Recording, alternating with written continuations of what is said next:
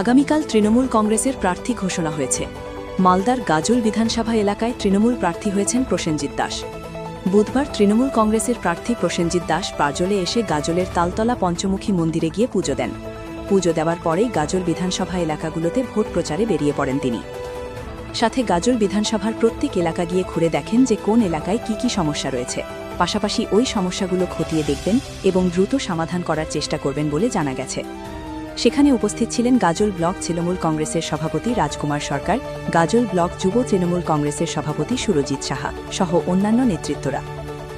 মালদার গাজল থেকে শামীম রেজার রিপোর্ট। যে তালতলা পঞ্চমুখী কালী মায়ের মন্দির আছে, এই মন্দির অত্যন্ত জাগ্রত এবং প্রসিদ্ধ। আমরা এখানে যেহেতু প্রচার কাজ শুরু করছি গাজলের নির্বাচনে, প্রার্থী হিসাবে দল আমাকে দায়িত্ব দিয়েছে, তাই আমরা সমস্ত তৃণমূল কংগ্রেসের নেতৃবৃন্দ, যুব নেতৃবৃন্দ সবাই মিলে আমরা আজকে মায়ের কাছে প্রার্থনা করলাম এবং এই মায়ের আশীর্বাদ নিয়ে আমরা আগামী দিন তৃণমূল কংগ্রেসের জয়যাত্রা শুরু করতে চাই। তাই মায়ের মন্দিরে এসে মায়ের কাছে প্রার্থনা করে গেলাম যেন তৃণমূল কংগ্রেসকে মা জয় করার আশীর্বাদ করে।